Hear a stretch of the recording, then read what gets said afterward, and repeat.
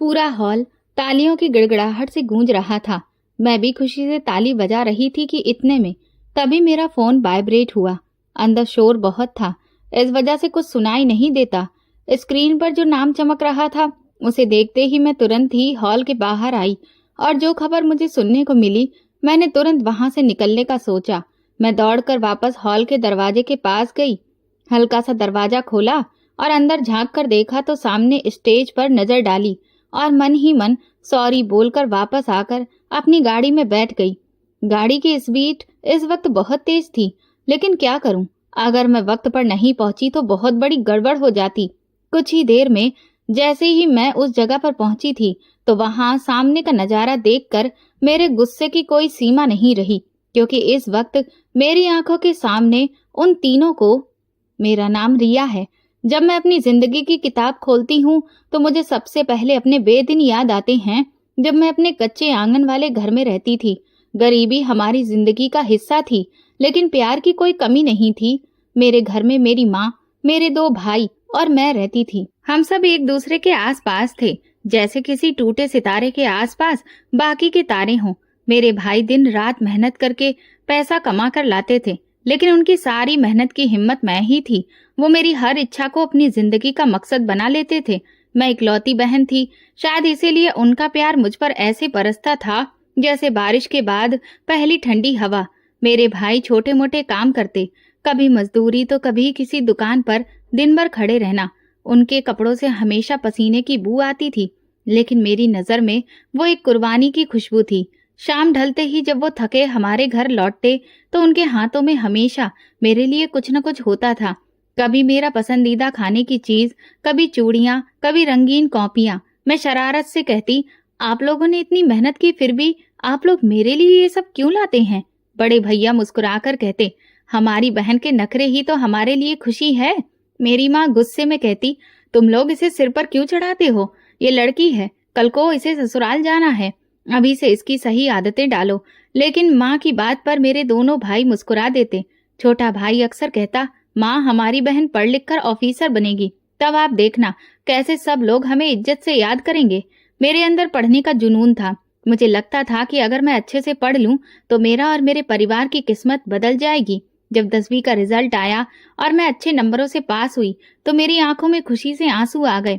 वो पल मुझे आज भी याद है, जब मैं रिजल्ट कार्ड भाइयों के हाथ में देने लगी। वो मुझे बार बार गले लगाते और कहते, हमारी मेहनत रंग लाई, मेरी बहन ने हमें गर्व से सर उठाने का मौका दिया है। मैंने उस वक्त एक बात कही कि अब मैं कॉलेज में जाना चाहती हूँ। ये बात कहते हुए ही मेरे दिल की धड़कन तेज हो गई थी।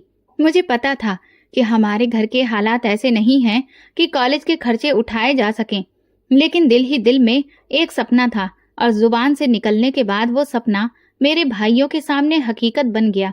बड़ा भाई देर तक खामोश रहा। उसके चेहरे पर एक सोच की लकीर साफ दिख रही थी। फिर उसने मेरी तरफ देखकर कहा, कॉलेज? हाँ, तुम्हें जरूर जाना चाहिए, लेकिन फीस कैसे देंगे?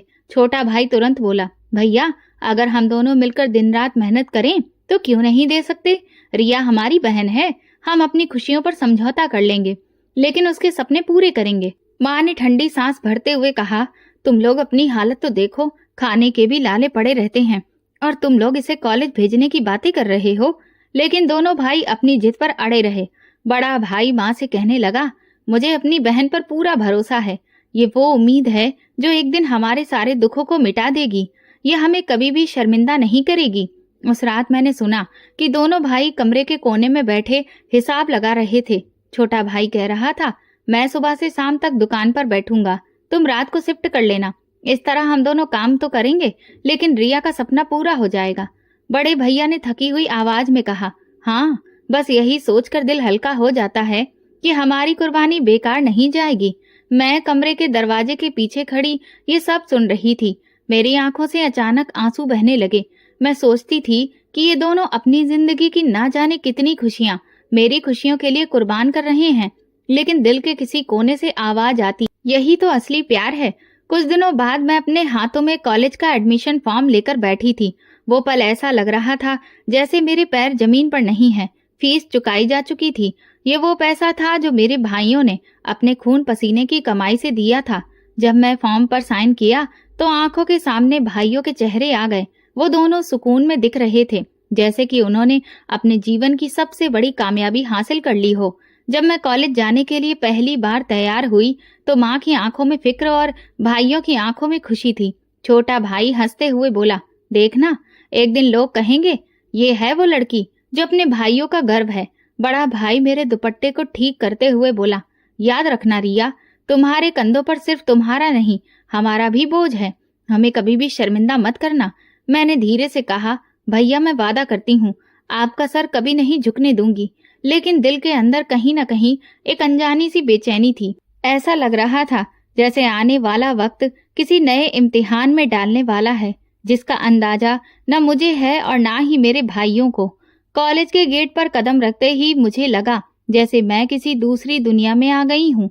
ये दुनिया मेरे मोहल्ले, छोटे से घर और तंग गलियों से बिल्कुल अलग लग रही थी। यहाँ हर तरफ चमक दिख रही थी। बड़ी बड़ी गाड़ियां गेट के पास ही पार्क की गई थीं। लड़कियां ब्रांडेड पर्स लटकाए घूम रही थीं और लड़के महंगी घड़ियां पहने हंसी मजाक कर रहे थे। उन सबके बीच जब मैं अपने साधारण कपड़ों में खुद को देखने लगी तो मुझे घबराहट सी होने लगी। गेट पर खड़े गार्ड ने मेरा एडमिशन फॉर्म चेक किया और फिर मुझे अंदर जाने दिया। जैसे ही मैं लॉन में पहुंची तो यहाँ पर कुछ ग्रुप की लड़कियों ने मेरी तरफ देखा और बातें करने लगी। उनके होंठों पर एक अजीब सी मुस्कुराहट थी। मैंने नजर झुकाई और तेज कदमों से अपने क्लास की तरफ बढ़ी। पहले दिन हमेशा मुश्किल होता है, लेकिन मेरे लिए और भी ज्यादा मुश्किल था। क्लासरूम में दाखिल होते ही सबकी नजरें मेरी तरफ उठ गईं। एक लड़का अपनी कुर्सी पीछे खींचते हुए बोला, लगता है न्यू स्टूडेंट है। एक और लड़की धीरे से बोली, कितनी साधारण है, लगता है कि जैसे किसी गरीब परिवार से आई है। उनकी बातें मेरे कानों में पड़ रही थीं। मैंने फिर एक कोने में खाली सीट देखी और जाकर बैठ गई। दिल जोर जोर से धड़क रहा था, लेकिन मैंने अपने चेहरे पर कोई भी भाव नहीं आने दिया। टीचर क्लास में दाखिल हुए तो सब खामोश हो गए। उन्होंने अपना परिचय दिया और फिर नए स्टूडेंट से उनका इंट्रोडक्शन पूछने लगे। जब मेरी बारी आई तो मैं खड़े होकर बोली, मेरा नाम रिया है। टीचर ने पूछा, तुम्हारा फेवरेट सब्जेक्ट कौन सा है? मैंने कहा, इंग्लिश और साइंस। टीचर ने खुश होकर कहा, बहुत अच्छा, लगता है तुम मेहनती हो। ये पहला मौका था जब मुझे लगा कि ये जगह शायद मेरे लिए बन सकती है। बाकी लोगों ने भी अपना इंट्रोडक्शन दिया, लेकिन उनका जोर ज्यादातर अपने फैमिली बैकग्राउंड पर ही था। कोई अपने बाप का बड़ा बिजनेस बता रहा था तो कोई अपने विदेश के किस्से। मैं खामोशी से सबको सुनती रही। क्लास के बाद पहला लेक्चर शुरू हुआ। मैंने अपनी नोटबुक खोली और पूरे ध्यान से अपने नोट्स बनाने शुरू कर दिए। सवाल किया, क्या कोई बता सकता है कि ये जो कंडीशन है ऐसा क्यों होता है? पूरा क्लासरूम सर के इस सवाल पर खामोश हो गया। किसी को जवाब नहीं आया। मैंने धीरे से हाथ उठाया। टीचर ने मेरी तरफ देखा। हाँ रिया, मैं सुकून से जवाब देने लगी। मेरी आवाज हल्की थी लेकिन कॉन्फिडेंस से भरी हुई। टीचर ने खुशी से कहा, जबरदस्त, ये जवाब बिल्कुल ठीक है, आप सबको इससे सीखना चाहिए। ये सुनकर बाकी क्लास के चेहरों पर अजीब भाव आ गए। कुछ ने हैरत से मुझे देखा और कुछ के चेहरों पर नाखुशी दिखने लगी। एक लड़की ने अपनी दोस्त के कान में धीरे से कहा, ये लड़की तो काफी इंटेलिजेंट लगती है।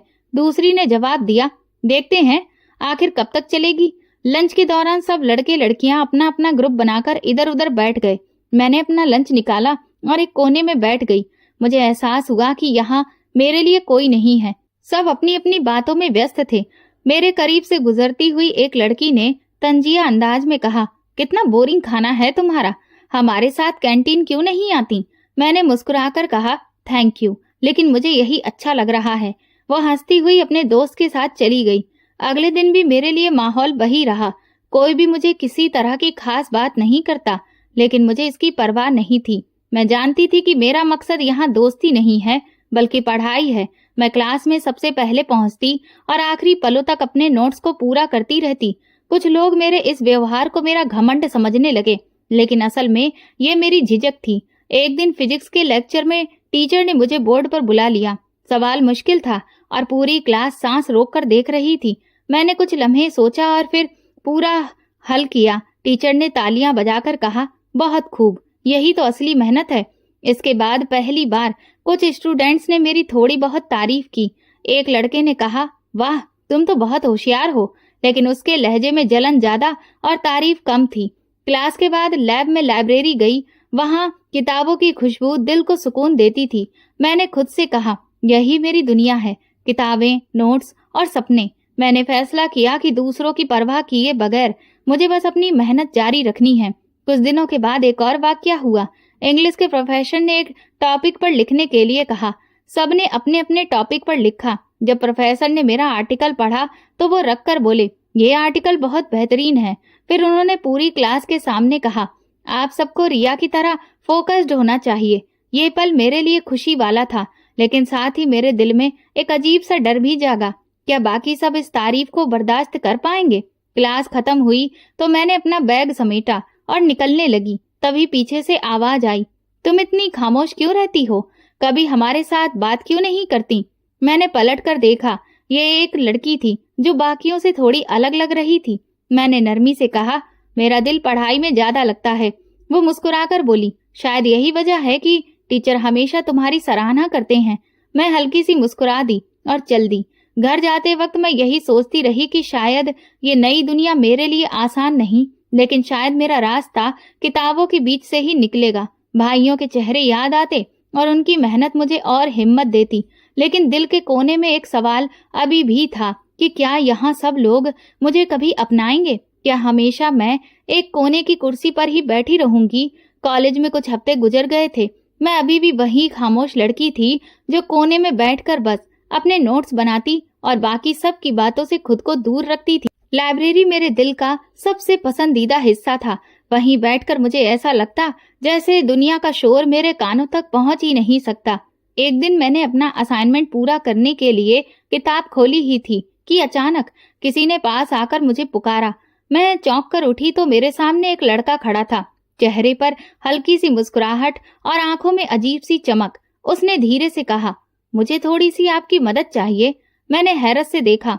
मैंने उससे कहा कि आपको किस चीज में मदद चाहिए? वो तुरंत अपनी कॉपी आगे बढ़ाते हुए कहने लगा, ये सवाल समझ में नहीं आ रहा है। अगर आप मुझे समझा दें तो बड़ी मेहरबानी होगी। मेरा दिल जोर से धड़कने लगा, क्योंकि मैं आज तक कभी भी कॉलेज में किसी भी लड़के से इतना खुलकर बात नहीं की थी। मैंने उसकी कॉपी ली और सवाल पर नजर डाली। ये वही सवाल था जो मैंने पिछली बार हल किया था। मैंने थोड़ा सोचकर जवाब लिख दिया। वो ध्यान से सुनता रहा और फिर मुस्कुराकर बोला, वाह, आपने तो बड़ी ही आसानी से समझा दिया। मेरा काफी वक्त बच गया। Thank you. मैंने बस इतना कहा, कोई बात नहीं, और फिर दोबारा अपनी किताब को पढ़ने लगी। लेकिन ये तो बस शुरुआत थी। अगले ही दिन वो दोबारा लाइब्रेरी आया। इस बार उसने कहा, कल वाली बात याद है? आपने जो समझाया था उसकी वजह से टीचर ने मेरी क्लास में तारीफ की। सोचा आपको एक बार फिर से थैंक यू बोल दूं। मैं फॉर्मेलिटी भरी मुस्कुराहट देते हुए बोली, अच्छा है, पढ़ाई में मेहनत करिए। फिर ये तो रोज का हो गया, कभी असाइनमेंट का बहाना तो कभी किसी लेक्चर का बहाना। वो हर दिन मेरे पास आ जाता और कोई ना कोई बात जरूर करता। कभी पूछता, ये नोट्स आपने कहाँ से बनाया? कभी कहता, आप किताबें बहुत दिलचस्पी से पढ़ती हैं, मुझे भी कुछ सजेशन दीजिए।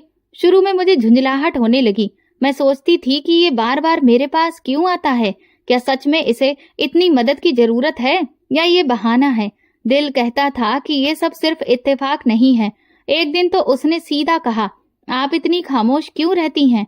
सबसे अलग अलग। मैंने जवाब दिया, मुझे अपनी पढ़ाई से मतलब है, बाकी चीजों के लिए मेरे पास वक्त नहीं है।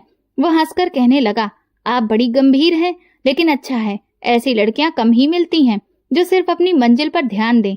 उसके लहजे में मजाक भी था और तारीफ भी थी। वक्त गुजरता गया और मैं महसूस करने लगी कि वो जब भी मेरे करीब नहीं आता तो मुझे अजीब सा खालीपन लगता। मैं खुद को डांटती, रिया, तुम्हें क्या हो रहा है? तुम हमेशा कहती थी कि लड़कों से दूर रहना चाहिए, फिर क्यों तुम्हें ऐसा लग रहा है? एक दिन मैं कैंटीन के बाहर खड़ी अपनी बोतल से पानी पी रही थी कि अचानक वो सामने आया। हल्के से मुस्कुराहट के साथ बोला, मैंने सोचा आपको एक बात बताऊं। आपके नोट्स की फोटोकॉपी तकरीबन पूरी क्लास इस्तेमाल कर रही है। मैं हैरान होकर बोली, क्या? वो हंसते हुए कहने लगा, हाँ, आपको पता भी नहीं चला और सब आपके नोट्स पर भरोसा कर रहे हैं। मेरे मुंह से एकदम से निकला, फिर इस बात पर तो मुझे बहुत गर्व होना चाहिए। वो संजीदगी से बोला, बिल्कुल होना चाहिए, आप बाकी सबसे अलग हैं। मेरा दिल फिर से उलझ गया। मैंने सोचा कि उसकी बात नजरअंदाज करूं, लेकिन वो अब मेरी रोजमर्रा की जिंदगी का हिस्सा बनता जा रहा था। क्लास में भी अक्सर मेरा साथ देता, कभी मेरे पीछे बैठता तो कभी नोट्स उधार मांगता, कभी आगे जाकर सवाल पूछ लेता। कई बार ऐसा हुआ कि मैं क्लासरूम में बैठी होती और अचानक मेरी नजर उसकी तरफ घूम जाती तो वो मेरी तरफ ही देख रहा होता और फिर हल्के से मुस्कुरा देता। मैं तुरंत नजर झुका लेती। दिल कहता था कि ये ठीक नहीं है, ये सब गलत है, लेकिन साथ ही एक अनजानी कशिश मुझे खींचने लगी। अमर की मौजूदगी मेरे लिए अब अजनबी नहीं रही थी। शुरू शुरू में उसका बार बार आना मुझे खटकता था, लेकिन दिन गुजरते गए और ये सब जैसे ठीक लगने लगा। क्लास में कोई सवाल होता तो वो मुझसे बात करता, कैंटीन में खड़ा होता तो मेरा रास्ता रोक लेता और लाइब्रेरी में तो अक्सर मेरे पास ही बैठने की जगह ढूंढता। मैंने कई बार सोचा कि साफ मना कर दूं, लेकिन न जाने क्यों होंठ खुलते ही नहीं थे। एक दिन फिजिक्स की क्लास के बाद हम बाहर निकल रहे थे। अमर ने बैग पकड़कर कहा, ये बहुत भारी लग रहा है, मैं उठा लेता हूँ। मैंने कहा, नहीं, जरूरत नहीं है, मैं खुद उठा सकती हूँ। वो मुस्कुराकर बोला, मैं मदद की बात कर रहा हूँ। ये बात पर मैं चुप हो गई। दिल की धड़कन एक लम्हे के लिए तेज हुई, मगर मैंने नजर दूसरी तरफ मोड़ ली। उसी दिन शाम को लाइब्रेरी में एक और बात हुई। मैंने रेफरेंस बुक देख रही थी कि अचानक अमर आ गया। उसने धीरे से कहा, आप इतनी मेहनत करती हैं, कभी थकती नहीं हैं? मैंने हल्की मुस्कुराहट दी। कामयाबी मेहनत के बिना नहीं मिलती। वो ध्यान से मुझे देखता रहा, जैसे मेरे जवाब में कोई और मतलब तलाश कर रहा हो। फिर कहने लगा, आपकी बातों में अजीब सा असर है, सुनकर दिल को सुकून मिलता है। मैंने फौरन बात बदल दी, ये किताब लो, इसमें तुम्हें वो सवाल मिल जाएगा जो कल के असाइनमेंट के लिए जरूरी है। वो किताब लेते हुए बोला, थैंक यू, लेकिन मुझे किताब से ज्यादा आपकी गाइडेंस की जरूरत है। ये बातें मेरे अंदर एक अजीब सी चीज पैदा कर रही थी। मैं सोच रही थी कि ये सब क्यों हो रहा है। कई बार रात को पढ़ाई के दौरान अमर की बातें दिमाग में घूमती और मैं किताब बंद कर देती, खुद को समझाती कि ये सब वक्त के साथ है। रिया, तुम्हें अपनी मंजिल को याद रखना है। लेकिन दिल के किसी कोने में नरम सा एहसास जन्म ले चुका था।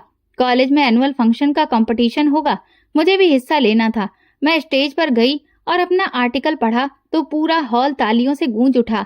लेकिन मैं तो बस एक ही चेहरा ढूंढ रही थी। वो अमर था, जो पहली लाइन में बैठा था और इतनी शिद्दत के साथ तालियां बजा रहा था जैसे कि दुनिया की सबसे बड़ी कामयाबी मिल गई हो। मेरे दिल में अजीब सा सुकून था। मुकाबले के बाद सब लोग मुझे बधाई दे रहे थे। अमर पास आकर बोला, मैं जानता था कि तुम जीत जाओगी, तुम तो सबसे अलग हो। उसकी आंखों में वो यकीन था जो शायद मैंने कभी अपने भाइयों के सिवा किसी और की आंखों में नहीं देखा था। कुछ दिनों के बाद लाइब्रेरी में खामोशी थी, वहां ज्यादा लोग नहीं थे। मैं एक मोटी सी किताब में खोई थी जब अमर मेरे सामने आकर बैठा। कुछ पल वो खामोश रहा, फिर धीरे से बोला, रिया, मुझे एक बात कहनी है। मैंने चौंक कर सर उठाया और सवालिया नजरों से उसे देखा। वो एक पल के लिए हिचकिचाया, फिर कहने लगा, मैंने बहुत सोचा है, लेकिन अब और नहीं रह सकता। तुम मेरे दिल के बहुत करीब आ गई हो। मैं तुम्हें पसंद करता हूँ, बल्कि मैं तुमसे प्यार करता हूँ। इस बात ने जैसे मेरे वजूद को हिला दिया था। मैं कोशिश कर रही थी, लेकिन फिर भी मेरे दिल की धड़कन बहुत तेज हो गई। ऐसा लगा जैसे सब लोग सुन लेंगे। मैंने नजरें झुकाए रही। अमर फिर से बोला, कुछ तो कहो, खामोश क्यों हो? मैंने धीरे से कहा, मैं नहीं जानती कि क्या जवाब दूं। वो बेचैन होकर बोला, क्या मेरे प्यार पर तुम्हें भरोसा नहीं है? तुम्हें गलत लगता है? मैंने जवाब नहीं दिया और खामोशी ही मेरा सहारा बन गई। लेकिन दिल के अंदर जैसे एक तूफान उठा। मैं खुद को समझाने लगी कि ये सब ठीक नहीं है, ये मेरे सपने और भाइयों की कुर्बानियों के खिलाफ है। लेकिन दूसरी तरफ एक नरम सी आवाज लगातार कह रही थी, यही वो एहसास है जिसे प्यार कहते हैं। अमर मेरे जवाब का इंतजार करता रहा, फिर धीरे से बोला, तुम्हारे हाँ या ना कहने से ज्यादा मेरे लिए ये जरूरी है कि तुम ये जान लो कि मैं तुम्हें दिल की गहराइयों से चाहता हूँ। ये कहकर वो उठा और चला गया। मैं वहीं बैठी रह गई। किताब खुली थी, लेकिन शब्द धुंधले हो गए। मैंने आंखें बंद की तो अमर की बात बार बार सुनाई देने लगी। दिल ने पहली बार मान लिया था कि मैं भी उसके लिए कुछ महसूस करती हूँ। जुबान ने इनकार किया, लेकिन दिल की खामोशी ने उस लम्हे सब कुछ कह दिया। लाइब्रेरी में इस मोहब्बत का इजहार के बाद कई दिन गुजर गए, लेकिन मैं अब तक उसे कोई जवाब नहीं दे पाई थी। एक सुबह जब मैं कॉलेज पहुंची तो माहौल कुछ अलग था। आमतौर पर अमर सबसे पहले क्लास में आता था। लेकिन आज उसकी सीट खाली थी। मैंने सोचा कि शायद वो देर से आएगा, लेकिन सारा दिन वो दिखा ही नहीं। शाम को भी वो नजर नहीं आया। अगले दिन भी यही हालत थी। दिल में अजीब सी बेचैनी आई। मैंने खुद को डांटा, तुम्हें क्या जरूरत है उसकी फिक्र करने की, लेकिन दिल कह रहा था कि कुछ गलत है। तीसरे दिन मैं लाइब्रेरी में बैठी नोट्स बना रही थी कि अचानक अमर का एक दोस्त मेरे पास आया। उसने धीरे से कहा, तुम्हें पता है अमर की तबीयत बहुत खराब है। वो पिछले 3 दिन से कॉलेज नहीं आ रहा है। मेरे हाथों से पेन छूट गया। मैंने हकलाते हुए पूछा, क्या हुआ है उसे? दोस्त ने कंधे उचकाते हुए कहा, कुछ बुखार है, लेकिन वो बस तुम्हें याद कर रहा था। कह रहा था कि अगर रिया से बात नहीं हुई तो शायद मैं ठीक नहीं होऊंगा। मेरे कानों में जैसे घंटियां बजने लगी। इस शाम मैंने वो नंबर निकाला जो अमर ने कुछ दिन पहले मुझे दिया था, लेकिन मैंने कभी भी इस्तेमाल नहीं किया था। कुछ लम्हों तक हाथ कांपते रहे, फिर मैंने हिम्मत करके उसका नंबर मिलाया। फोन बजते ही दूसरी तरफ से अमर की कमजोर सी आवाज सुनाई दी। हेलो, मैंने हिचकिचाते हुए बोला। अमर, वो तुरंत बोला, रिया, आखिर तुमने मुझे फोन किया। मुझे तो भरोसा ही नहीं हो रहा। मैंने पूछा, तुम्हारी तबीयत कैसी है? उसने टूटी हुई आवाज में कहा, बहुत बुरी हालत है। डॉक्टर कह रहे हैं आराम करो, लेकिन दिल को सुकून नहीं मिल रहा है। तुमसे बात किए बिना सब कुछ अधूरा लग रहा है। मैं कुछ देर के लिए खामोश रही, फिर धीरे से कहा, तुम्हें आराम करना चाहिए, ज्यादा बात मत करो। अमर की आवाज भर गई। अगर तुमने मेरे प्यार को नजरअंदाज किया तो मैं शायद जिंदा ना रह सकूं। तुम्हें अंदाजा भी नहीं है कि तुम मेरे लिए कितनी खास हो। इस बात ने मेरा दिल दहला दिया। मैं आंखों के सामने एक लम्हे के लिए भाइयों के चेहरे आए, लेकिन अगले ही पल अमर की वो कमजोर आवाज कानों में गूंज गई। मैंने कहा, ऐसी बातें मत करो, तुम्हें अपनी सेहत की फिक्र करनी चाहिए। अमर रोनी सी आवाज में बोला, मैं तुम्हारे बिना कुछ भी नहीं हूँ। अगर तुमने हाँ नहीं की तो ये बीमारी मुझे खत्म कर देगी। फोन के दूसरी तरफ उसके रोने की हल्की आवाज आ रही थी। मेरा दिल जैसे पिघल गया। उस रात मैंने किताब खोली, लेकिन कुछ समझ नहीं आया। अमर की बातें बार बार दिमाग में घूमती रहीं। मैं जिंदा नहीं रह सकूंगा रिया, मैंने कई बार खुद से कहा। ये सब सिर्फ बहाना है, तुम्हें नहीं समझना चाहिए। लेकिन दिल कहता, अगर वो सच में तुमसे प्यार करता है तो। अगले दिन मैं कॉलेज का रुख किया। जैसे ही कॉलेज में पहुंची तो अमर वहां मौजूद था, लेकिन उसका चेहरा सफेद था, आंखों के आसपास काले घेरे थे। वो सच में बीमार लग रहा था। उसे ऐसे देखकर मेरे कदम रुक गए। मैंने पहली बार महसूस किया कि मेरा दिल उसकी हालत से दुखी हो रहा है। क्लास खत्म हुई तो मैं धीरे से उसके पास गई। वो मुझे देखकर मुस्कुराया। तुम आई हो, यही मेरे लिए सबसे बड़ी दवा है। मैंने गंभीरता से कहा, तुम्हें डॉक्टर की बात माननी चाहिए, आराम करो। वो नरम लहजे में बोला, डॉक्टर क्या जाने कि मेरी दवा तुम हो। ये सुनते ही मेरी खामोशी टूट गई। मैं नजर झुकाकर धीरे से बोली, अमर, मैं भी तुम्हारे लिए कुछ महसूस करती हूँ। शायद ये वही है जिसे प्यार कहते हैं। अमर के चेहरे पर खुशी की लहर दौड़ गई। वो अचानक से बोला, क्या तुम सच कह रही हो? मैंने पहली बार हल्की मुस्कुराहट के साथ जवाब दिया, हाँ, मुझे यकीन है कि अमर मेरी जिंदगी है। उस पल मुझे ऐसा लगा कि जैसे बरसों की जीत एक पल में खत्म हो गई है। दिल के अंदर वो आवाज गूंज रही थी जैसे मैंने इतने दिन तक दबाया था।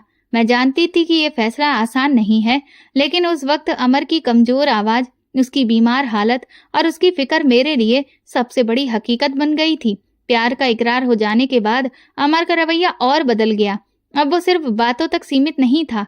कभी वो मेरा रास्ता रोककर छोटा सा गिफ्ट मेरे हाथ में पकड़ा देता, तो कभी किताबों के बीच में कोई खूबसूरत फूल रख देता। एक दिन जब मैंने नोटबुक खोली तो उसमें एक प्यारा सा परफ्यूम था। मैंने घबराकर तुरंत उसे बैग में छुपा लिया। दिल कहता था कि ये चीजें कीमती हैं, मेरा इनसे कोई रिश्ता नहीं है, लेकिन अमर का कहना था कि तुम कीमती हो, ये सब कुछ तुम्हारे लिए कुछ भी नहीं है। घर जाकर वो गिफ्ट्स मेरे दिल पर बोझ बन जाते थे। मैं सोचती थी कि मेरे भाई दिन रात मेहनत करके, पसीना बहाकर मेरे लिए कॉलेज की फीस, किताबें और सारे खर्चे पूरे कर रहे हैं, और मैं उनसे छुपकर अमर के दिए हुए गिफ्ट रख रही हूँ। एक बार मैंने अमर को साफ कहा, मुझे तोहफे मत दिया करो, मुझे अच्छा नहीं लगता। वो जिद के लहजे में बोला, ये तोहफे नहीं है, मेरे दिल की खुशबू है, तुम्हें तो इन्हें लेना ही होगा। मैं कुछ कह न सकी। दिल में दुख भी था और अजीब सा सुकून भी। ये दो ऐसे एहसास थे जो अलग थे लेकिन दोनों साथ थे। एक दिन अमर ने खुशी से कहा, अगले हफ्ते मेरा बर्थडे है, मैं चाहता हूँ कि तुम मेरे साथ वो दिन गुजारो, ये मेरे लिए सबसे खास गिफ्ट होगा। मैं चौंक गई। मैंने तुरंत मना किया, ये मुमकिन नहीं है। अगर मैं लेट हो गई तो मम्मी नाराज हो जाएंगी और भाइयों को भी शक होगा। अमर का चेहरा उतर गया। वो कहने लगा, तुम्हें मेरे प्यार पर भरोसा नहीं है क्या? मैं इतनी सी भी ख्वाहिश नहीं कर सकता? मैं खामोश हो गई। वो मेरे पास आकर बोला, तुम्हें अंदाजा भी नहीं है कि मेरे लिए ये दिन कितना खास है। अगर तुम नहीं आई तो मैं यही समझूंगा कि तुमने मेरी मोहब्बत को कभी गंभीरता से लिया ही नहीं। मेरे दिल में तूफान उठने लगा। एक तरफ भाइयों की कुर्बानियां, उनका प्यार जो बरसों से मेरा सहारा था, दूसरी तरफ अमर की जिद और उसका यकीन था जिसने मेरे दिल को जकड़ रखा था। कई रातें मैंने जाग कर गुजारी, सोचती रही कि किसको अहमियत दूं। आखिरकार मैंने खुद को समझाया कि सिर्फ एक दिन ही है, अगर इससे अमर खुश हो जाए तो क्या बुरा है। अमर के बर्थडे वाले दिन मैंने जागते हुए उसकी बात मान ली। उसने खुश होकर कहा, मैं तुम्हें लेने आऊंगा, तुम बस तैयार रहना। मेरा दिल धड़क रहा था, लेकिन मैंने हाँ कर दी। शाम को जब मैं उसकी गाड़ी में बैठी तो अजीब सा एहसास था। गाड़ी के शीशे के बाहर सड़कें भाग रही थी और अंदर मेरा दिल घबरा रहा था। अमर बार बार कह रहा था, आज मेरी सबसे बड़ी खुशी पूरी हुई है, तुम मेरे साथ हो। मैं खिड़की से बाहर देखने लगी ताकि मेरी आंखों की बेचैनी वो पढ़ न सके। एक लम्हे को दिल में सवाल उठा। मैंने खुद से पूछा, क्या मैं ये सही कर रही हूँ? क्या ये सब कुछ इस मोहब्बत के लायक है जिसे मैं अभी जानने लगी हूँ? लेकिन कोई जवाब नहीं मिला। रात गए जब मैं घर पहुंची तो भाइयों के चेहरे मेरी आंखों के सामने थे। वह हमेशा मेरे भविष्य को संवारने की बात करते, मुझे मेहनत की सलाह देते, और मैंने पहली बार उनके भरोसे के आगे कुछ छुपा लिया था। कमरे में बैठे बैठे मेरे दिल ने धीरे से कहा, बरसों की मोहब्बत कुछ दिनों की मोहब्बत के सामने हार गई। ये बात मेरे अंदर गूंज रही थी। अमर के बर्थडे के बाद मेरे दिल में अजीब सी बेचैनी बढ़ती गई। मैंने सोचा था कि सब खत्म कर दूंगी, लेकिन अमर के शब्द और उसकी जिद ने मुझे फिर बांध लिया। एक दिन वो बहुत खुशी से मेरे पास आया और कहने लगा, आज की रात बहुत खास है। मैंने अपने करीबी दोस्तों को पार्टी में बुलाया है, तुम्हें भी मेरे साथ चलना होगा। हम एक होटल में छोटा सा फंक्शन करेंगे। मैंने डरते हुए कहा, मैं घर देर से नहीं जा सकती, ये सब मेरे लिए आसान नहीं है। अमर तुरंत बोला, बस कुछ घंटे की ही बात है, तुम्हें मेरी बात माननी ही होगी। शाम को वो मुझे लेने आया। गाड़ी में बैठते ही मैंने पूछा, फंक्शन कहाँ पर है? उसने मुस्कुराकर कहा, एक होटल में, जहाँ मेरे दोस्त इंतजार कर रहे हैं।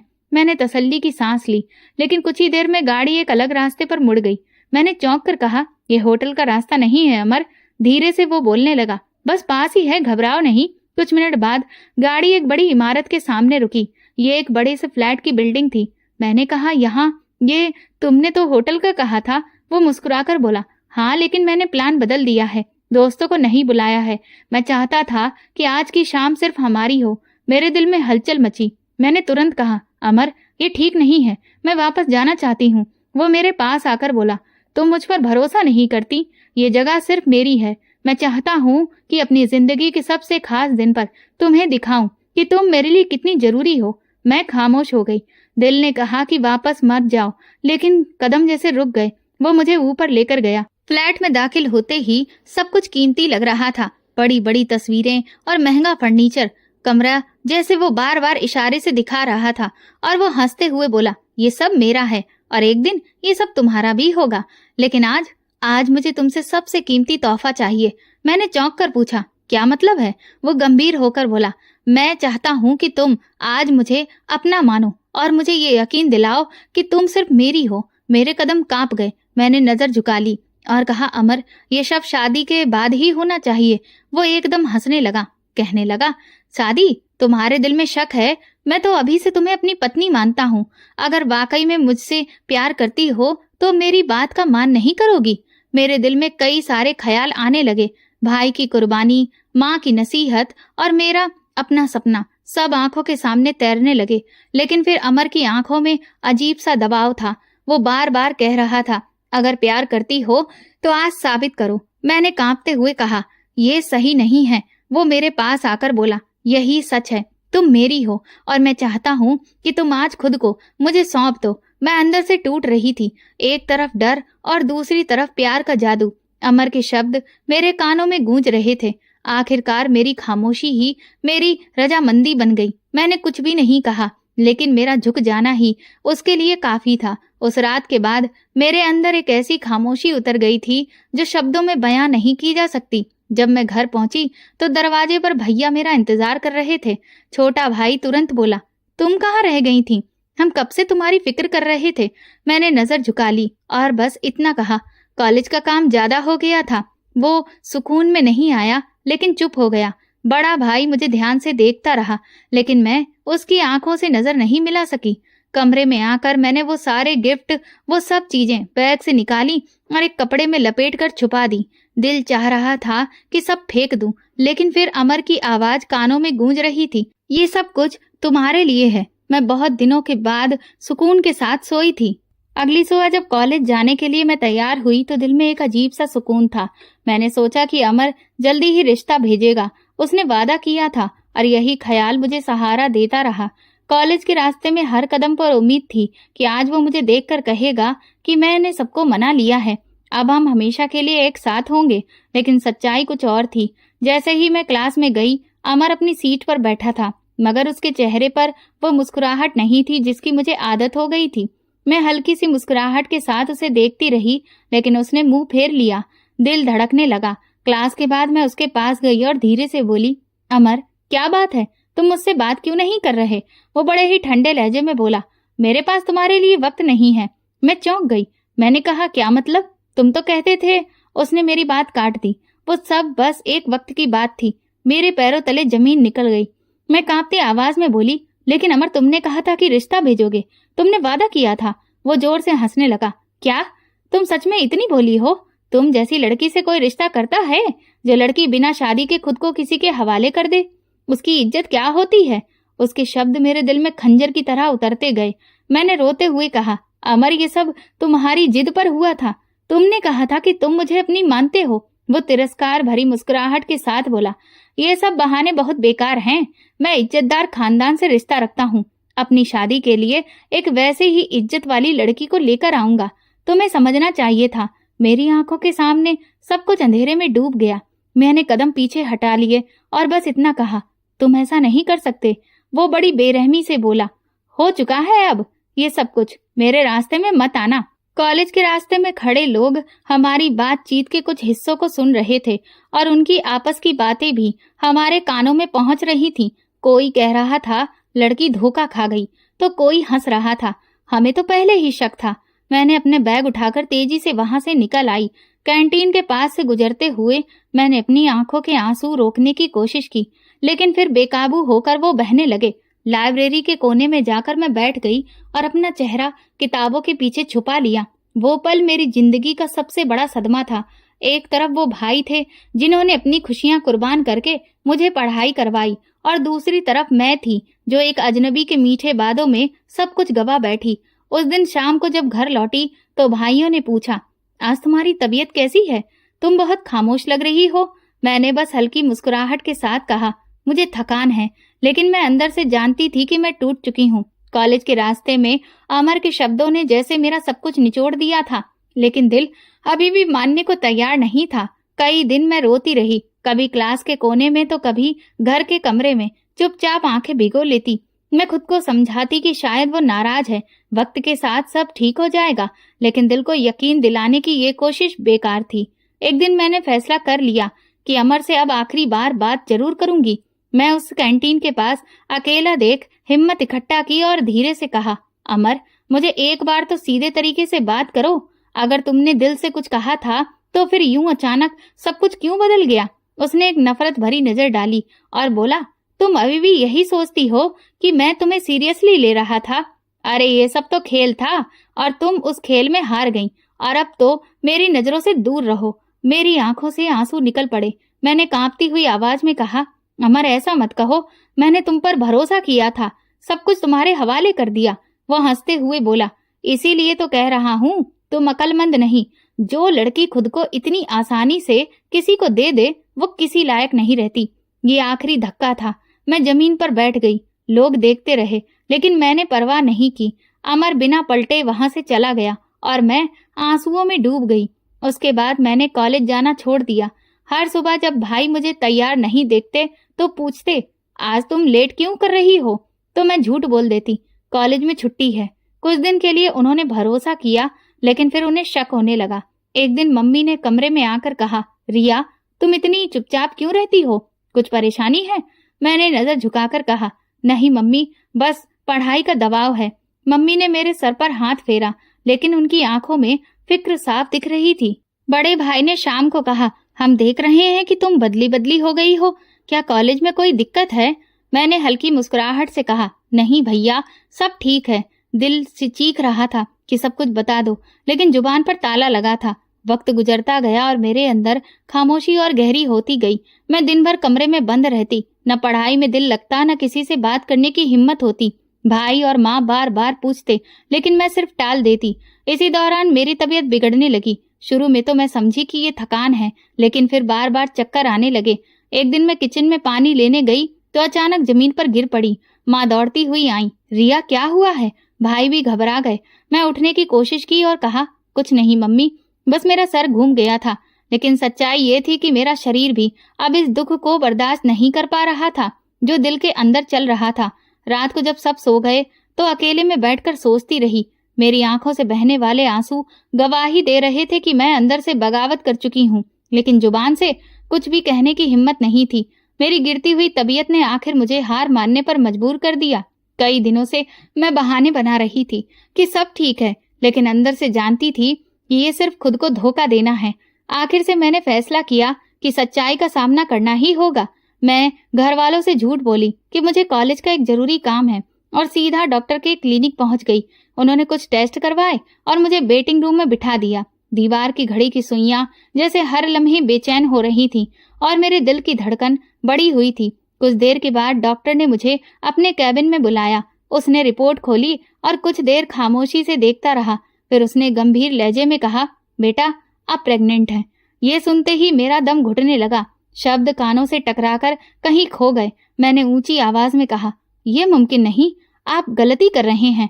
डॉक्टर ने अफसोस भरी नजर से मेरी तरफ देखा और कहने लगे, रिपोर्ट से झूठ नहीं बोलती बेटा, तो अब आप अपना ख्याल रखना। मैं क्लिनिक से बाहर निकली तो दुनिया बदल चुकी थी। गाड़ियां वैसे ही चल रही थीं, लोग अपने कामों में व्यस्त थे, लेकिन मेरे लिए अब वक्त रुक गया था। एक ही बात बार बार दिल में गूंज रही थी, मैं प्रेग्नेंट हूँ। घर पहुंची तो खुद को कमरे में बंद कर लिया। मैंने शीशे में अपना चेहरा देखा। आंखें लाल थीं और होंठ कांप रहे थे। मैंने खुद से कहा, रिया तुम्हारी जिंदगी खत्म हो गई। अब भाइयों को मुंह दिखाने के तुम काबिल नहीं रही। रात को जब सब सो गए तो मैं छत पर जाकर खड़ी हो गई। आसमान पर बादल थे और हवा में नमी थी। मैंने आसमान की तरफ देखकर कहने लगी, हे भगवान, मैं जीना नहीं चाहती। ये सजा मैं बर्दाश्त नहीं कर सकती। मुझे खत्म कर दो। दिल चाहता था कि ये सब कुछ खत्म हो जाए, लेकिन फिर माँ और भाइयों के चेहरे आंखों के सामने आने लगे। वो जो दिन रात मेहनत करके मेरे सपनों को सच्चाई बनाना चाहते थे, क्या मैं उसके लिए ये सब कुछ छोड़ दूं? कुछ दिन इसी तरह की मुश्किल में गुजरे। मैं कॉलेज जाना छोड़ चुकी थी और घर में हर वक्त चुपचाप रहने लगी थी। माँ बार बार मुझसे पूछती, बेटी क्या बात है, तुम इतनी खामोश क्यों हो? और मैं बस इतना कहती, कुछ नहीं मम्मी, थकान है। भाइयों ने भी पूछा, लेकिन मैं हमेशा बहाना बना देती। अंदर ही अंदर मेरा वजूद टूट रहा था। एक शाम मैंने फैसला किया कि मैं और नहीं सह सकती। मैं ये बोझ किसी के सामने नहीं ला सकती। मैंने छोटा सा बैग निकाला, उसमें कुछ कपड़े रखे और धीरे से कमरे का दरवाजा खोल लिया। माँ और भाई गहरी नींद में थे। मैंने उनके चेहरे देखे और दिल ही दिल में कहा, मुझे माफ कर देना। आंसू बेकाबू हो गए, लेकिन कदम पीछे नहीं हटे। अंधेरी गलियों से गुजरते हुए मैं शहर की तरफ निकल गई। दिल में एक ख्याल था कि मैं ये सब खत्म कर दूंगी। मैं बार बार खुद से कहती, ये बच्चा एक गुनाह है, अगर इसे खत्म कर दिया तो सब शायद आसान हो जाए। लेकिन ये बात कहना आसान था, करना बहुत मुश्किल, क्योंकि कहीं न कहीं उस बच्चे से मैं जुड़ी हुई थी और मेरे अंदर ममता का भाव उभरने लगा था। शहर पहुंचकर मैंने एक हॉस्टल किराए पर लिया। जितने पैसे मेरे पास थे उससे मैंने किराया चुका दिया, लेकिन अब अगली बार के लिए किराया चुकाने को मेरे पास कुछ भी नहीं था। इसीलिए मैंने फैसला किया कि मैं कोई न कोई नौकरी करूंगी। इस शहर के एक प्राइवेट स्कूल में मैं इंटरव्यू देने गई और भगवान की कृपा से मुझे वहां पर नौकरी मिल गई। 3-4 महीने शुरू के सही से बीते, लेकिन फिर मेरा पेट बढ़ने लगा। जिस स्कूल के स्टाफ के बीच में भी मेरे लिए तरह तरह की बातें होने लगी। अब ये गुनाह, ये शर्मिंदगी सबकी नजरों में आने लगा था और इसीलिए मैंने एक दिन शर्म के मारे वो नौकरी छोड़ दी और बस अपने आप को हॉस्टल के कमरे में बंद कर लिया। मुझे समझ में नहीं आ रहा था कि अब मेरा आगे का खर्चा कैसे चलेगा, मैं इस हॉस्टल का किराया कैसे दूंगी। आखिर में ऐसा क्या करूं जिससे मेरे पास कुछ पैसे भी आएं और मेरा ये पाप भी किसी को नजर ना आए। लेकिन बहुत सोचने के बावजूद भी मुझे कोई भी ऐसा रास्ता नजर नहीं आया। हॉस्टल में भी लोग मुझे अजीब नजरों से देखते थे, लेकिन वहां ज्यादा किसी को किसी से मतलब नहीं था और मैं भी ज्यादातर अपने आप को कमरे में बंद ही रखती थी। दिन बीत रहे थे और मेरा 8वां महीना लग गया, लेकिन तब तक मेरे पास से सारे पैसे खत्म हो गए। हॉस्टल का मालिक किराया मांगने आया तो मैंने उसके सामने हाथ जोड़ दिए और भीख मांगी कि बस कुछ दिनों की मोहलत दे दीजिए, उसके बाद मैं आपका पूरा किराया चुका दूंगी। लेकिन उसने मुझ पर जरा सा भी रहम नहीं खाया और मुझे उठाकर सड़क पर फेंक दिया। मैं यहाँ वहां मारी मारी घूम रही थी, समझ नहीं आ रहा था कि आखिर कहाँ जाऊं। 3 दिन हो गए लेकिन गले से एक निवाला भी नहीं उतरा था। फिर मैं शहर के एक सुनसान इलाके के पास एक बड़े से पेड़ जहां पर था उसके नीचे मैंने आश्रय लिया और वहीं पर बैठना शुरू कर दिया। भीड़ भाड़ वाले इलाके से मैं दूर चली आई क्योंकि वहां मुझे लोग बड़ी ही अजीब और गंदी नजरों से देखते थे और मुझे वो नजरें बर्दाश्त नहीं होती थीं। मैं हर दिन उस दिन को कोसती जब मैंने अमर से बात की, उस पर भरोसा किया। मेरे अंदर बदले की आग जल रही थी। एक तरफ कभी दिल चाहता कि मैं मर जाऊं, लेकिन दूसरी तरफ मेरा दिल चाहता कि मैं अमर का वो हाल करूं जो उसने कभी सपने में भी नहीं सोचा हो। लेकिन फिलहाल इस वक्त तो मैं खुद की हालत ही ठीक करने के काबिल नहीं थी। पेड़ के नीचे पड़े पड़े मेरे दिन और रात गुजर रहे थे। कभी कोई राहगीर मुझ पर रहम करता तो कुछ खाना दे देता, तो थोड़े बहुत पैसे मेरे सामने फेंक देता। ये देखकर मेरी आंखों में आंसू आ जाते। कहाँ तो एक वो दिन था जब मेरे भाई और मेरी माँ मेरे लिए सपना देखते थे कि मैं एक बहुत बड़ी ऑफिसर बनूंगी, और कहाँ आज मैं एक भिखारिन बन गई हूँ। ये सब मेरे कर्मों की सजा है। अब मेरा 9वां महीना शुरू हो चुका था। पेट में कई बार अजीब तरह के दर्द उठते, लेकिन वहां कोई नहीं था जो मेरे सर पर हाथ भी फेर दे। एक रात मैं पेड़ से टेक लगाकर आंख बंद किए बैठी थी कि तभी अचानक मुझे कुछ अजीब सा महसूस हुआ। मैंने जैसे ही आंखें खोली तो मेरे पैरों तले से जमीन निकल गई। मेरे सामने 4 लड़के बैठे थे जो मुझे बहुत ही करीब से देखकर बड़ी बड़ी आंखें करके हंस रहे थे। उनकी आंखों को देखकर कोई भी समझ सकता था कि वो कितने भयंकर दरिंदे हैं। इससे पहले कि मैं कुछ भी कहती, उन्होंने मेरे मुंह पर कसकर हाथ रख दिया और मुझे बुरी तरह से घसीटने लगे।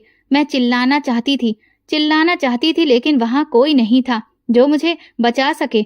मैंने उनके हाथ भी जोड़ दिए और भीख मांगी कि मैं प्रेग्नेंट हूँ, मेरे साथ कुछ भी ऐसा वैसा ना करना। लेकिन उन दरिंदों को मुझ पर रहम नहीं आया। मुझ में भी अब इतनी ताकत नहीं बची थी कि मैं उनसे और लड़ पाती। मैं लगातार भगवान से प्रार्थना करती रही कि आखिर मेरे बुरे कर्मों की सजा और कितनी दोगे? क्या आज आप मेरा सर्वनाश ही कर दोगे? मुझ पर ना सही तो कम से कम मेरे पेट में पल रही इस नन्ही सी जान पर तो रहम करो भगवान। जैसे ही उनमें से एक लड़के ने मेरी कुर्ती का बाजू पकड़कर खींचा, तभी अचानक पीछे से किसी ने उसे जोरदार लात मारी और वो लुढ़कता हुआ दूसरी तरफ जा गिरा। और जब मैंने सामने का नजारा देखा तो एक बार फिर मेरी हैरत की इंतहा नहीं रही, क्योंकि वो तो मेरे भाई थे। मेरे दोनों भाइयों ने उन लड़कों को मार मार कर वो हाल किया कि वो सपने में भी नहीं सोच सकते थे। उनकी हालत मरे हुए के समान हो गई थी। फिर उन्होंने पुलिस बुलाकर उन्हें पकड़वा दिया। पुलिस वालों ने मेरा बयान लिया। मैंने उन्हें सब कुछ साफ साफ बताया और फिर उन्होंने हमें भरोसा दिलाया कि वो इन आवारा लड़कों को सख्त से सख्त सजा दिलाएंगे। ये सब कुछ हो जाने के बाद मुझे ख्याल आया कि मैं तो एक पापिन हूँ जो अपने भाइयों से नजर मिलाने के भी काबिल नहीं बची। मेरे भाई मुझे अपने साथ घर ले जाना चाहते थे, लेकिन मैंने साफ मना कर दिया और उनके पैरों में गिरकर रोने लगी। वो मुझसे कहने लगे कि फिलहाल तुम घर चलो, ये हमारा आदेश है। मैं उनके साथ घर आ गई। मेरी हालत देखकर माँ के तो आंसू रुक ही नहीं रहे थे। न जाने कितने महीनों के बाद मैं नहाई और साफ सुथरे कपड़े पहनकर पेट भर खाना खाया। फिर उस दिन मैंने पहली बार अपना मुंह खोला और अपने घर वालों को सब कुछ सच सच बता दिया। मुझे लगा था कि वो मुझसे बहुत नाराज होंगे और चाहेंगे कि इससे अच्छा तो मैं मर जाती, लेकिन ऐसा नहीं हुआ।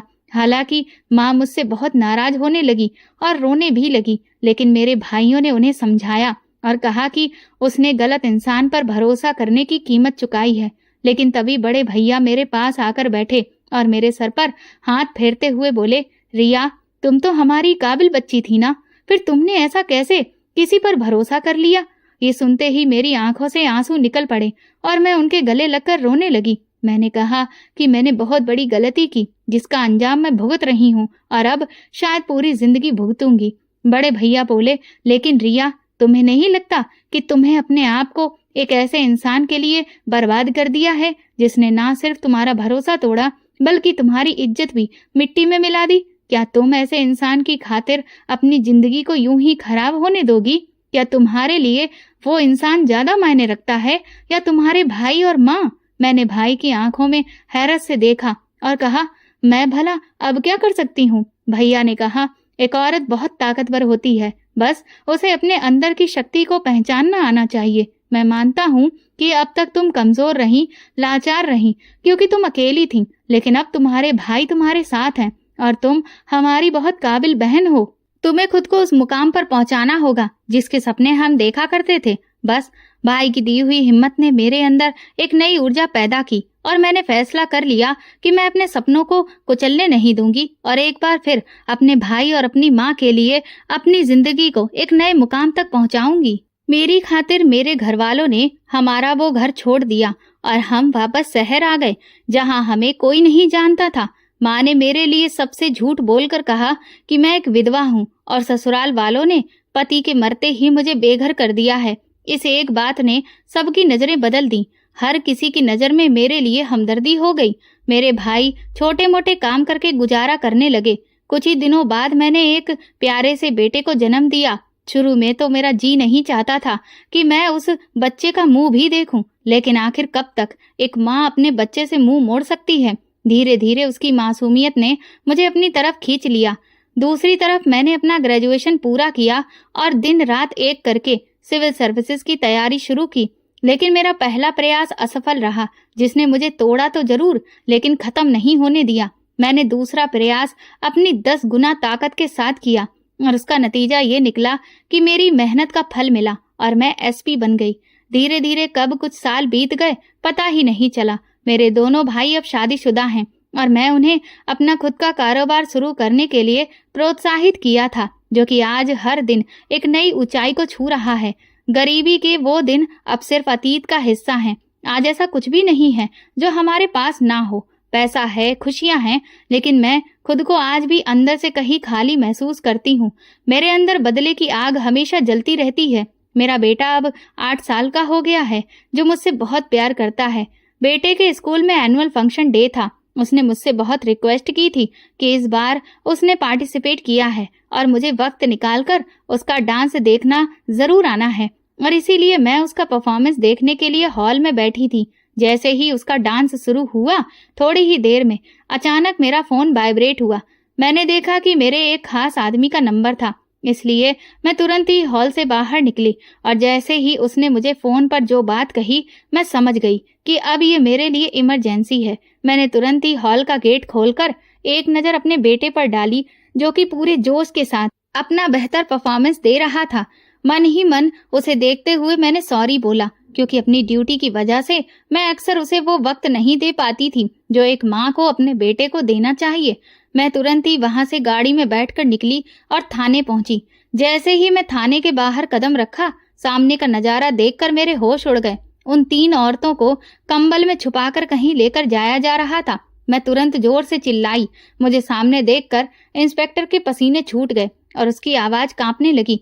वो कहने लगा कि मैडम, आप यहाँ कैसे? मैंने कहा, ये क्या हो रहा है? और फिर वो तरह तरह के बहाने बनाने लगा।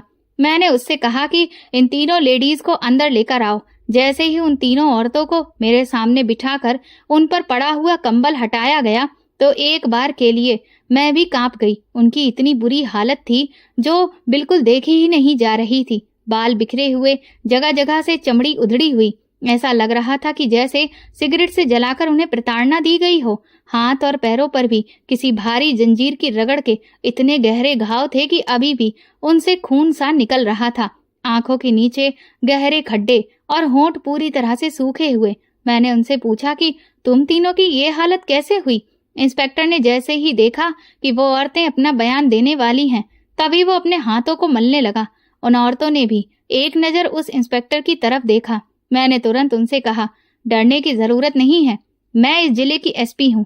जो भी बात है आप बिना किसी डर के मुझे साफ साफ बताइए और मैं भरोसा दिलाती हूँ कि आपको इंसाफ मिलेगा। इसके बाद उन औरतों ने बोलना शुरू किया कि किस तरह से इस शहर के बिजनेसमैन के बिगड़ैल बेटे ने उनसे एक एक करके शादी की और जब बच्चा पैदा नहीं हुआ तो उन्हें मेंटली टॉर्चर करना शुरू किया। मैंने कहा कि लेकिन तो आप सबको उसको तलाक भी तो दे सकती थी ना। वो औरतें कहने लगी, नहीं, वो हमें तलाक नहीं दे सकता था क्योंकि हमें उसकी सच्चाई पता चल गई थी। अगर वो हमें तलाक दे देता तो उसे डर था कि हम दुनिया को इसकी हकीकत बता देंगे। मैंने पूछा कि आखिर कैसी सच्चाई? वो कहने लगी कि दरअसल कमी हम में से किसी में भी नहीं थी, कमी तो उसमें आ गई थी और बस यही सच्चाई जब भी हम में से किसी एक को पता चलती गई तो वो हमें एक एक कर तहखाने के अंदर कैद करता रहा और तब जाकर हमें पता चलता था कि वो तो पहले भी शादी कर चुका है। और इसके बाद शुरू होता था हमारे दर्द झेलने का सफर। वो अपना सारा गुस्सा हम लोगों पर ही निकाल देता था। डॉक्टर ने उसे साफ कह दिया था कि अतीत में उसने बहुत सारी ऐसी गलतियां की हैं जिसकी वजह से उसके अंदर ये कमी आ गई है जो अब कभी ठीक नहीं हो सकती। लेकिन वो अपने घमंड में इतना चूर था कि अपनी गलती मानने को तैयार ही नहीं था। हमेशा वो बच्चा ना होने का कलंक हमारे माथे पर ही लगाता रहता था। ये कहते हुए वो बेचारी रोने लगी। मैंने उनसे कहा कि क्या तुम्हारे पास अपने पति की कोई तस्वीर है? उनमें से एक औरत ने कहा, उसकी तस्वीर इंस्पेक्टर साहब के पास होगी। मैंने हैरत से इंस्पेक्टर की तरफ देखा तो वो थोड़ा सा सकपका गया। वो औरतें कहने लगी, ये तो उसे बहुत अच्छी तरह से जानते हैं और कई बार उसकी पार्टीज में भी जा चुके हैं। मैंने इंस्पेक्टर से कहा कि मुझे अभी और इसी वक्त उस आदमी की तस्वीर दिखाओ और जैसे ही उस इंस्पेक्टर ने मुझे तस्वीर दिखाई मेरे पैरों तले जमीन निकल गई। दरअसल वो कोई और नहीं बल्कि अमर ही था। अब मैं सब समझ गई कि आखिर ये सब क्यों और किस लिए था। मैं तुरंत उठ खड़ी हुई ताकि उस दरिंदे को गिरफ्तार कर सकूं।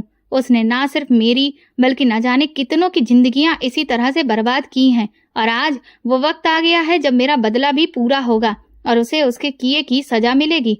इंस्पेक्टर ने माफी मांगते हुए मुझे समझाने की कोशिश की कि वो एक बहुत बड़े बिजनेसमैन का बेटा है, उनकी कई बड़े बड़े पॉलिटिशियंस से भी पहचान है। लेकिन मैंने इंस्पेक्टर से कहा कि कानून की नज़र में सब बराबर होते हैं और अगर तुम मुझे अच्छी तरह से जानते हो तो तुम्हें पता है कि कितना भी ताकतवर इंसान क्यों ना हो, मैंने उससे उसको किए की सजा हर हाल में देकर ही रही हूँ। ये सुनते ही इंस्पेक्टर का मुंह बंद हो गया। हम तुरंत ही अमर के बंगले पर पहुंचे और जैसे ही उसने मुझे सामने देखा उसके तो पैरों तले जमीन निकल गई। वो कहने लगा, तुम इस शहर की एसपी हो, लेकिन ये कैसे हो गया? तुम तो एक लाचार सी अबला औरत थी। मैंने उसका हाथ कसकर पकड़ा और हथकड़ी डालते हुए कहा, अगर एक औरत लाचार हो सकती है तो उससे बड़ा ताकतवर भी कोई नहीं है, अगर वो ठान ले तो। अमर चिल्लाने लगा, तुम मुझे किस जुर्म में गिरफ्तार कर रही हो? तभी मैंने उसे उन तीनों औरतों को दिखाया तो उसने घबरा कर अपने गार्ड की तरफ देखा और कहने लगा कि ये तीनों यहाँ से बाहर कैसे निकली और हमें अभी तक कानों कान खबर भी नहीं हुई। मैंने अमर से कहा कि अब तुम्हारे पापों का घड़ा भर चुका है और अब वो वक्त है जब तुम्हें तुम्हारे किए हुए बुरे कर्मों की सजा मिलेगी। पहले तो वो अपनी हेकड़ी दिखाता रहा। उसके बाप ने तुरंत ही खड़े खड़े 2-4 पॉलिटिशियन से भी बात की, लेकिन सबने मेरा नाम सुनते ही हाथ खड़े कर दिए। इसकी वजह ये नहीं थी कि इतने बड़े राजनेता मुझे रोक नहीं सकते थे। दरअसल इसकी वजह ये थी कि मैंने उन लोगों के खिलाफ कुछ ऐसे सबूत इकट्ठे कर रखे थे जो अगर वो मेरे रास्ते में रुकावट डालते तो मैं उनकी भी जिंदगियां उन सबूतों को दुनिया के सामने लाकर बर्बाद कर देती। और इसीलिए वो लोग मेरे किसी भी काम को रोकते नहीं थे। जब अमर ने देखा कि उसका कोई भी तरीका काम नहीं कर रहा तो वो अचानक मेरे पैरों में गिरकर माफी मांगने लगा और कहने लगा कि मैंने तुम्हारे साथ भी बहुत गलत किया है, लेकिन तुम समझने की कोशिश करो, ये सब मैंने मजबूरी में किया। मैं बे औलाद नहीं मरना चाहता था, सिर्फ औलाद के मोह ने ही मुझसे ये सारे पाप करवाए हैं। लेकिन मैंने उसकी एक भी नहीं सुनी और फिर FIR दर्ज होने के बाद फिलहाल मैं उसे कस्टडी में लेकर जेल में आकर बंद कर दिया। अगले दिन कोर्ट में मुझे उसे पेशी भी करवानी थी। मैं अभी उसकी सारी फाइलों का एक और बार जायजा ले रही थी कि तभी अचानक सामने से मेरा बेटा भागता हुआ आया, थाने में दाखिल हुआ और कहने लगा, मम्मी देखो मुझे फर्स्ट प्राइज मिला है, लेकिन मैं आपसे नाराज हूँ। आपने मेरी पूरी परफॉर्मेंस भी नहीं देखी और आप यहाँ आ गई। मेरी आंखों में खुशी के आंसू आ गए और मैंने उसे तुरंत गले से लगा लिया और कान पकड़ते हुए धीरे से कहा, सॉरी बेटा, लेकिन आप तो जानते हैं ना, duty is my first priority. जैसे ही उसने ये सुना, प्यार से अपनी मासूम आंखों को झपकाते हुए वो ओके बोला और फिर मुझे गले से लगा लिया। तभी अमर हमारे बीच में बोला, ये मेरा बेटा है ना? ये सुनते ही मेरे तो होश उड़ गए। मेरा बेटा भी उसे हैरत से देखने लगा। मैंने अमर से कहा कि नहीं, यह सिर्फ मेरा बेटा है। अमर तो न जाने क्यों उसे देखते ही पागल सा हो गया। कहने लगा, इसका मतलब मैं बे औलाद नहीं हूँ। और अचानक से हाथ जोड़कर घुटनों के बल बैठकर माफी मांगने लगा। कहने लगा, मैंने तुम्हारे साथ जो किया मैं मानता हूँ कि बहुत गलत था। मैं एक पापी हूँ, लेकिन मुझे माफ कर दो, पर मुझे मेरी औलाद से अलग मत करो। तुम्हें नहीं पता मैं कितने सालों से बच्चे के लिए तरस रहा हूँ। रिया, मैं पूरी दुनिया के सामने तुमसे माफी मांगूंगा, तुम्हारे पैरों में गिर जाऊंगा, मैं तुम्हें अपनाऊंगा। मैंने हंसकर कहा, तुम मुझे अपनाओगे? तुम्हारी औकात क्या है? अमर, तुम्हारा खेल अब खत्म हो चुका है, पर हाँ, मेरे बेटे की तरफ कभी आंख उठाकर भी नहीं देखना, वरना मैं तुम्हारी जान ही ले लूंगी। तुम्हारे जैसा पापी कभी किसी से कोई रिश्ता नहीं निभा सकता। अमर लगातार अपना सिर पटक पटक कर मुझसे माफी मांगता रहा, लेकिन मैंने अपने बेटे का हाथ पकड़ा और चुपचाप वहां से बाहर निकल आई। मेरे बेटे ने मुझसे पूछा कि ये अंकल कौन थे। मैंने उसे बहलाते हुए कहा कि वो एक पागल है, इसीलिए कुछ भी बोलता है। मेरे मासूम बच्चे ने मुझ पर विश्वास कर लिया। कुछ ही दिनों में कानूनी कार्रवाई हुई। अदालत के सामने हमने सारे सबूत और गवाहों को पेश किया और फिर अमर को उसके किए की सजा मिल गई और उसे जेल भेज दिया गया। और बस उस दिन के बाद से मेरे अंदर वो जो खालीपन था वो भर गया। इतना सब कुछ पा लेने के बाद भी जो सुकून मुझे अब तक महसूस नहीं होता था, उसे मैंने पहली बार महसूस किया। मैंने अपनी इस गलती को दुनिया से छुपाने की कोशिश नहीं की, बल्कि जब मुझे एक ऐसी संस्था में लड़कियों को गाइडेंस देने के लिए बुलाया गया जहां पर जवान बच्चियां पढ़ती थीं, तो मैंने उन्हें अपनी कहानी से सबक सिखाने को कहा कि हमें कभी भी किसी पर भरोसा नहीं करना चाहिए। मैं ये नहीं कहती कि प्यार करना गलत है, लेकिन अगर वो प्यार पूरी दुनिया के सामने आपको अपनाने से पहले आपसे कोई बलिदान मांगने लगे, तो बस समझ जाइए कि ये प्यार नहीं, सिर्फ धोखा है। और साथ ही इस समाज की सच्चाई ये है कि अगर आप एक अच्छे मुकाम पर पहुंच जाते हैं, तो आपकी की हुई गलतियां लोगों के लिए गलतियां नहीं, सबक बन जाती हैं। लेकिन अगर आपने कोई मुकाम हासिल नहीं किया, तो आपकी गलतियां लोगों के लिए गलतियां ही रहती हैं। इसीलिए मैं लड़कियों से यही कहूंगी कि कुछ ना कुछ बेहतरीन जरूर बनिए और अपने माँ बाप का नाम रोशन करिए। दोस्तों, आपको इस कहानी को लेकर क्या राय है, हमें कमेंट करके जरूर बताएं। वीडियो को लाइक करें और ज्यादा से ज्यादा शेयर करें। अगर आप चैनल पर नए हैं तो सब्सक्राइब जरूर करें और नोटिफिकेशन बेल दबाएं ताकि अगली अपडेट सबसे पहले आपको मिले। धन्यवाद।